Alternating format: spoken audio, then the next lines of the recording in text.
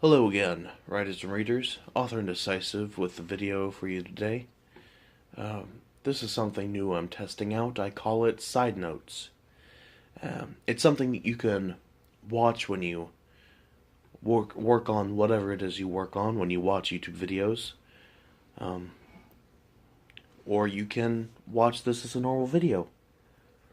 I will have references up to illustrate what I'm talking about, but you don't necessarily have to look at these to be able to enjoy the video.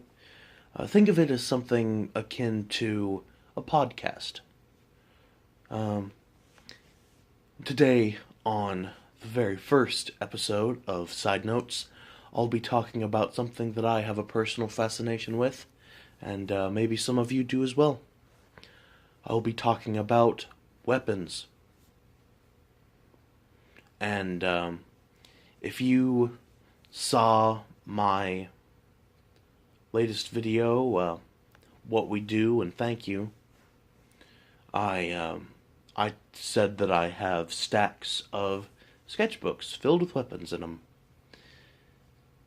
And I do. And it's not for the reason that you might think. I'm not inherently a violent person.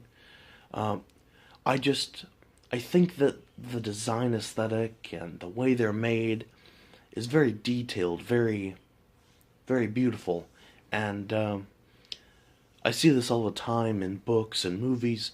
The weapon is an extension of the character's self. And even in games. If you watch The Lord of the Rings or read The Lord of the Rings, or the Hobbits as well, the Hobbit books and movies, the dagger sting that both of the Bagginses find, it's a perfect description of the hobbits, both of them. It's small, nobody really thinks much of it, but ends up rising to do something great. And that's a very powerful message if I ever did see one. But Harry Potter as well, another great book series, classic. Harry's Wand, the Sword of Gryffindor. I mean, we never really see or hear from Godric Gryffindor in the books, but I'm sure that his sword was an amazing weapon and reflected his personality greatly. I can only imagine. But Harry's wand is the same way. At least you find out in the last book. I won't spoil much, even though I'm sure most of you have read all the books before, but even if you've watched the first movie or read the first book, Ollivander, the wand maker, he describes that Harry Potter was chosen by a wand with the same core as Voldemort's. The same core from the same source. The Phoenix Feather. And it's very interesting. Just the whole idea of it chose him. That's always interesting. Moving on to another book reference of a weapon reflecting someone's personality.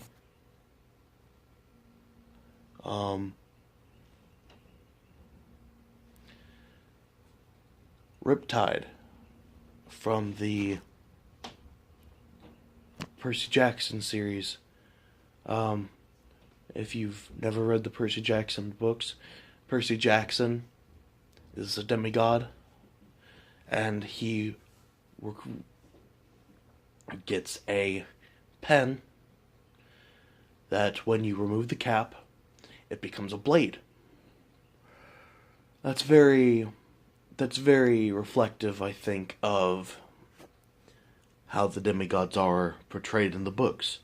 They must disguise themselves from the world, from monsters, from mortals. But when it comes down to it, they're fierce warriors, which is how the pen is described. And it's also reflective of Percy, because when Percy throws the pen or the cap away, because you can't just keep a cap. If you uncap the pen, it turns into a sword. What are you going to do? Just hold on to the cap, tuck it into your pocket? No, you drop it. Or at least I would. I don't know. Let me know in the comments what you do. I don't know. But the cap and the pen, even if he chucks it over the side of a river or something, into a river over a bridge, it'll still show back up in his pocket, if he has pockets. So that's always interesting. It's very reflective of Percy as well. As I've read the Percy Jackson series and Heroes of Olympus. It turns out that that Percy is a very loyal person. He'll always be by your side, as will his sword always be by his side. It's always very fascinating to me, that kind of thing, and it expands through pretty much everything that I've witnessed, where weapons are a crucial piece. In certain anime as well, it's the same thing. I'm sure that not all of you are a fan of anime, but I'll make the reference just to be inclusive. In the anime Bleach, very classic anime, up there with the top 3. The main character, Ichigo, becomes a Soul Reaper. He has the weapon that all Soul Reapers have, the Zanpakuto, the Reaper's Blade. And eventually in the show it becomes a reflection of himself, which is a pretty wicked blade. I mean, let's see. Sword Art Online, very famous or infamous, depending on how you look at it. The main character, Kirito, same thing.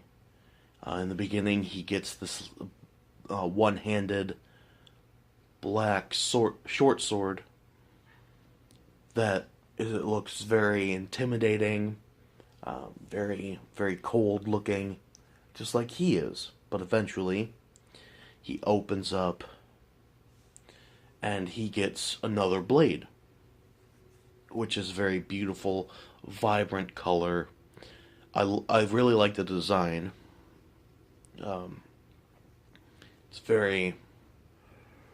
It's very interesting how they decided to incorporate somewhat useful designs for the blades in the game itself, in the show itself. You don't usually see that in most Japanese style anything. But still they seem to recognize the importance of having the weapon reflect the character.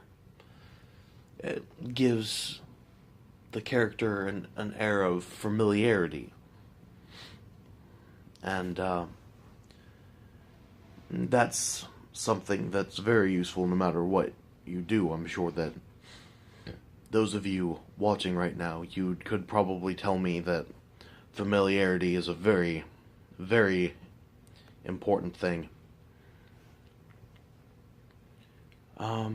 Moving on to another reference, if I can think of one. You don't usually see a lot of this in games. In games like RPGs, you can't really have that kind of reflection in certain role-playing games because everybody who plays the game is different. They all have different thoughts, different feelings, different play styles, different ways of going about dialogue and missions. You can't reflect that sort of individuality through any kind of weapon unless you have a lot of time to narrow down every single play style that's there.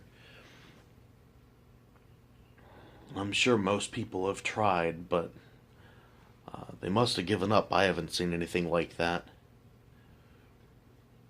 But in games such as Darksiders, not Dark Souls, Darksiders, you kind of see that in the first game, where you play as the Horseman War. The Horseman War has this large blade, intimidating. It has what looks like faces, like chiseled into the steel of his blade, or whatever metal he uses, I don't know. Like faces of absolute terror, just made into this blade. And that's reflective of war, I think. Or at least he causes this kind of panic and this kind of fear in people. I'm not sure. And in the second game, I'm not so sure, because again, that's an RPG. You play as the Horseman Death, and you can sort of mold his play style to how you like to play. So that's a little different. I mean, obviously you get like the base weapon, which I suppose is his natural blade, and thus would be something reflective of his personality. But you can't really peg that onto him that way because, like I said, every playthrough of this game is different. It's the same across everything. Let's see, are there any movies that I can think of? Definitely leave in the comments your thoughts if you have anything to add on to this. If you can think of any other references, please don't be afraid to let me know.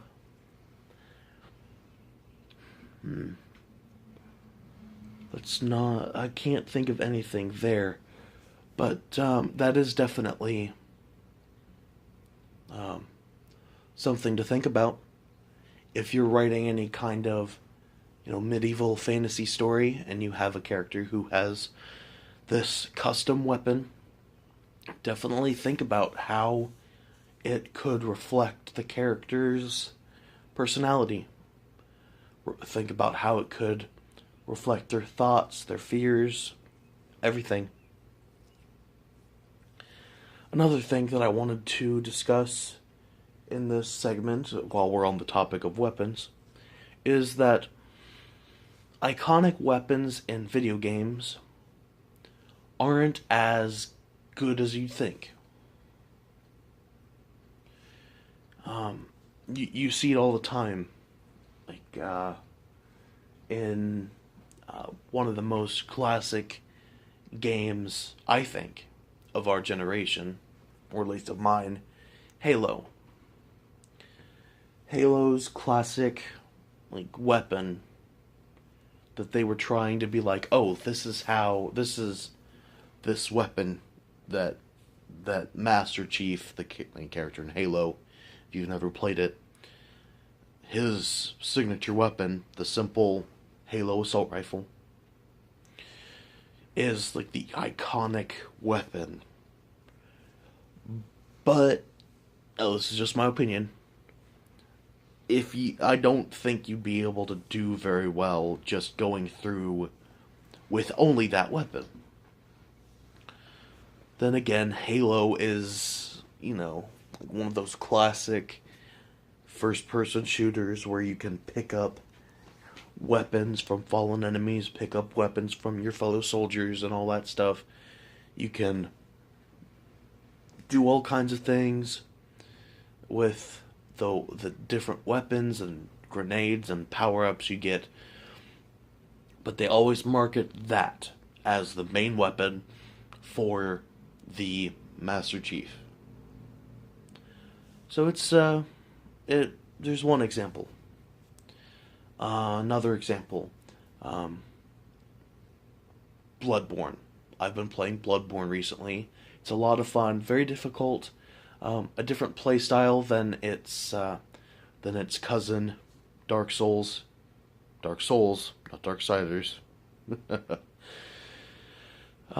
You right there on the cover is the saw cleaver. It's a trick weapon that goes from a saw weapon, flips open, becomes a cleaver. It is a weapon you can get in the beginning of the game, and of course I'm sure there are people who go through the entire game only playing with that weapon. I have a friend, the good doctor, who only played through with the threaded cane, the worst weapon in almost everyone's opinion in the entire Bloodborne's game. But the saw cleaver is not the most powerful weapon. There are even weapons that are similar to the saw cleaver that people think that people get that are better than the saw cleaver. The saw spear and the hunter scythe, same kind of deal. You have the flip down weapon, comes up. The inside of the blade is something else, and you can use it extended, longer reach, more power behind the swings. Same idea. But again, it's not as good as some of the other weapons you can get. And I think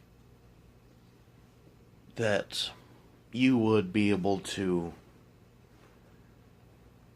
find that kind of stuff pretty early game, because you start out with most of the iconic weapons in the game. Final Fantasy, one of the best JRPG games of our generation, of any generation. No, I'm not going to make that big of a stretch, but it's a very popular role-playing game, and one of the main characters you can play as, Cloud Strife, has the Buster Sword, this massive blade that no human being would be able to wield ever. And you can get other variations of this sword, but the Buster Sword is iconic. And again, I'm sure people have gone through the entire game with just the Buster Sword. But there are other blades that you can get, other weapons that you can get that you can use. Let's see, what is another? The same can be said for armor. Elder Scrolls. I bring Elder Scrolls up. I brought that up in my video with Orc Consular. The Dragonborn armor you see on the box, the ram horn helmet, the fur and the tunic, and the gauntlets and the sword. Very iconic stuff. Very iconic armor. Not the best armor you could get. Not the most powerful armor you can get in the game. And let's not even get started on the amazing weapons that you can get in the game. Like the Wabbajack, the most random weapon in the game. I'm sure Technomancer would love to just go on this tangent about this crazy weapon of mass chaos. But